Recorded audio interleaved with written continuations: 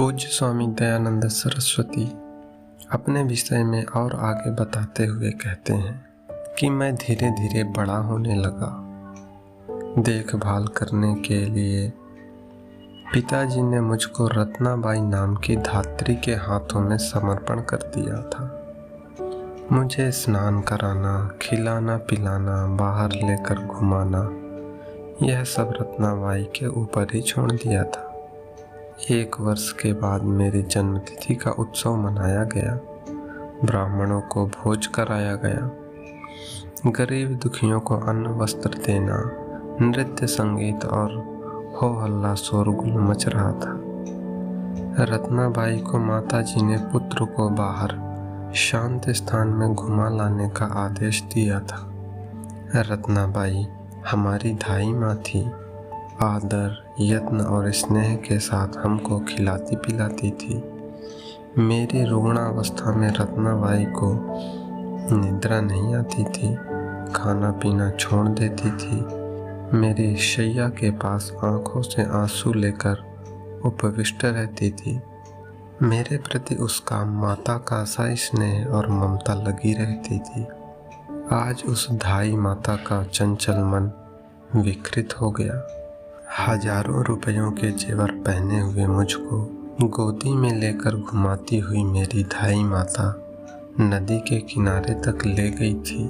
निर्जन स्थान पर पहुंच गई। मेरे शरीर के सारे आभूषण उतार लिए।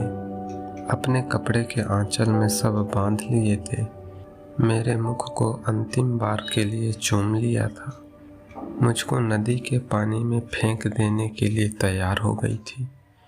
2 बार मुझको फेंकने के लिए पानी के अंदर उतर कर भी फेंक ना सकी। मैं हंसने लगा था। मेरे मुख पर धाई माता ने अस्वाभाविक रूप से हंसी देखी थी। उसका हृदय परिष्कृत हो गया। मुझको चूमती हुई पानी के ऊपर उठी और भीगे कपड़े पहने हुए रत्नाबाई ने मुझे माता के सम्मुख लाकर छोड़ दिया। रत्ना के पीछे पीछे बहुत आदमी एकत्र हो गए थे। रत्नाबाई ने चिल्लाते हुए सबों के सम्मुख सारा हाल विस्तृत रूप से कह दिया। आंचल से जेवरों को खोलकर माता के सम्मुख रखकर मुझको एक बार और उठा के चूम लिया और मैं प्रायश्चित करूंगी बोलती हुई दौड़कर चली गई। पिताजी भी आ गए।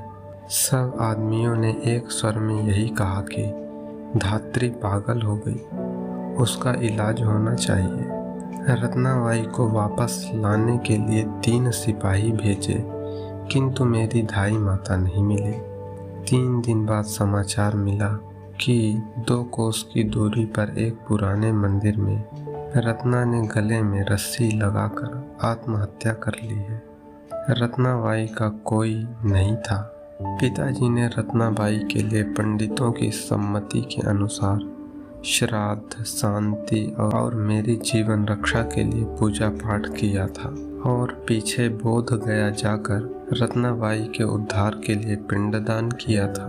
इस घटना को मैंने माता पिता और दूसरों के मुख से बार बार सुना था। मेरे मन में संन्यास जीवन के अंदर भी इस घटना से मेरे माता पिता और रत्नाबाई के चरित्र उज्जवल होकर रहे हैं। इनको भूल नहीं सका। पर ईश्वर चंद्र जी विद्यासागर ने इस कथा को हमसे 2 बार सुना है। उस समय उनकी आंखों में हमने आंसू भी देखे हैं। इस रूप से मैं माता पिता को संतान लाभ का सुख और दुख देता हुआ बड़ा होने लगा। माता पिता पहले भगवान से केवल एक ही संतान के लिए प्रार्थना करते थे।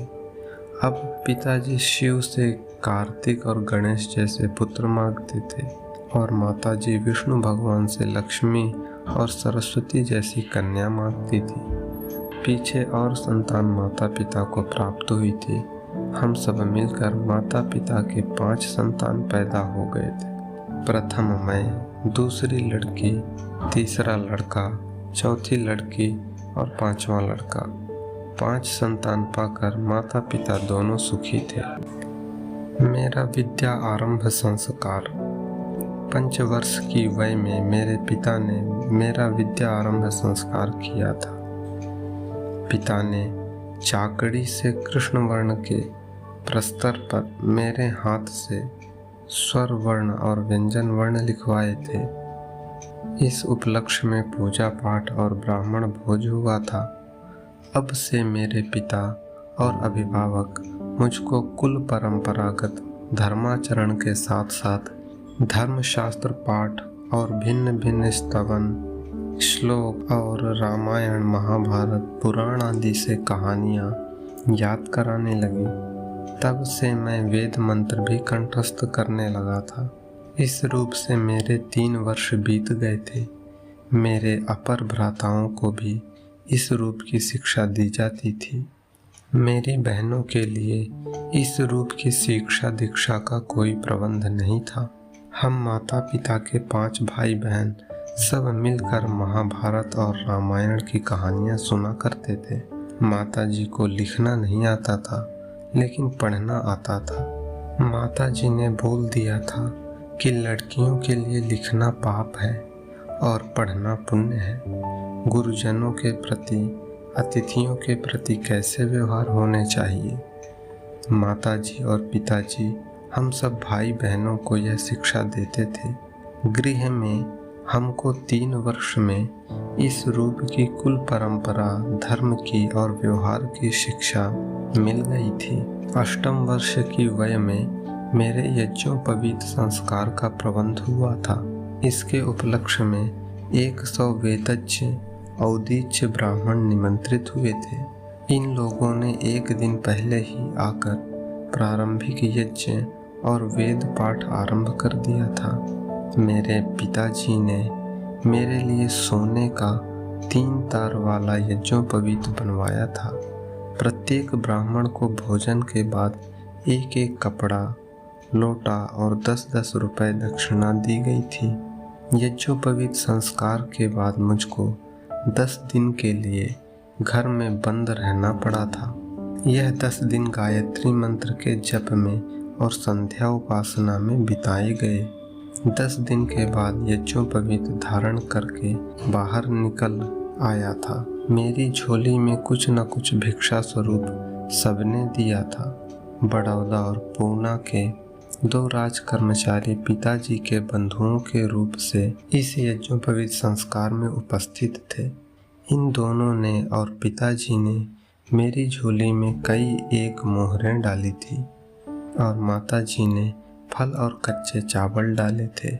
यज्ञोपवीत संस्कार के पश्चात प्रतिदिन हम 3 बार संध्या उपासना करते थे और गायत्री मंत्र का जप करते थे।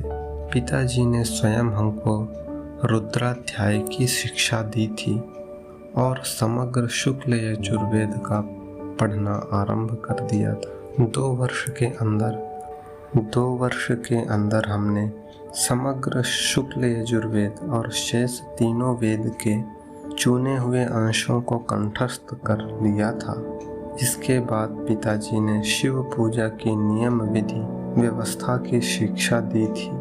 शिव पूजा के लिए भिन्न भिन्न उपासना, व्रत धारण और उपवास आदि की भी शिक्षा दी थी। अब हमने स्वयं शिव पूजा करना शुरू कर दिया था। आगे की कथा अगले भाग में जरूर सुने।